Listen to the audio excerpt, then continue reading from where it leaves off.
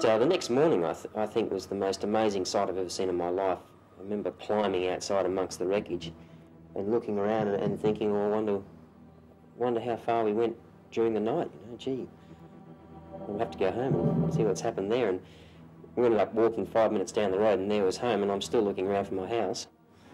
I could see the oval, which was right across the road from our house, and I knew that's where our house should be, but our house wasn't there, and I was mentally trying to block out the fact that all my Christmas presents had gone, and, you know, what are we going to do now? I think we were very lucky in the cyclone itself that we weren't injured, and that our parents made the right decision at the right time and actually left the house, because there was nothing left of it. It was the piers, it was an elevated place, just the piers and the floorboard, and the bath, 2 taps sticking up.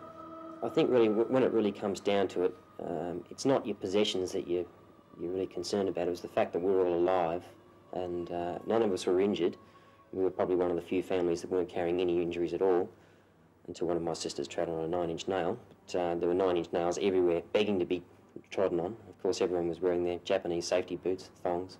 We realised how lucky we were when we walked outside, and our immediate concern also was for our friends.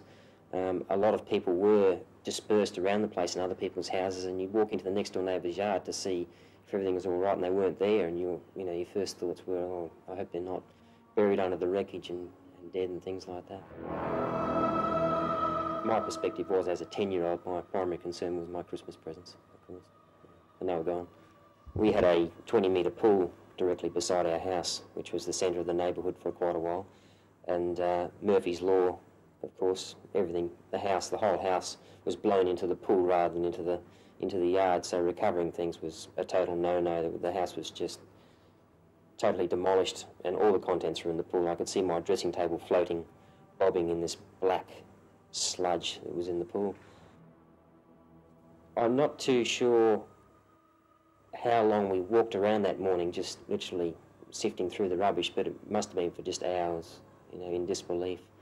I remember my parents were looking around for things like food and to see if the fridge was intact, but of course everything was smashed to pieces.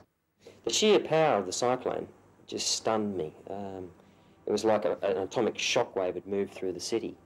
You could see while walking down the street which way the wind had been going when it was at its strongest point, because all the power poles were leaning over at 90 degrees to the ground. They'd come up and then just bend over.